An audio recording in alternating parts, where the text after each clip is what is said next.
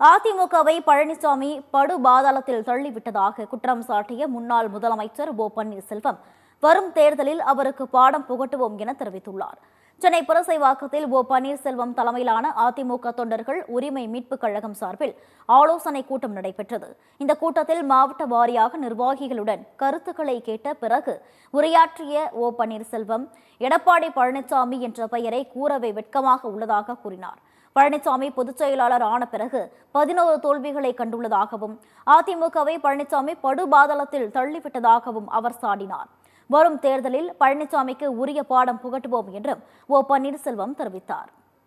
நம்முடைய கழகம் இன்றைக்கு என்ன நிலையில் இருக்கிறது என்பது நீங்கள் எல்லாம் அறிந்திருக்கின்றீர்கள்.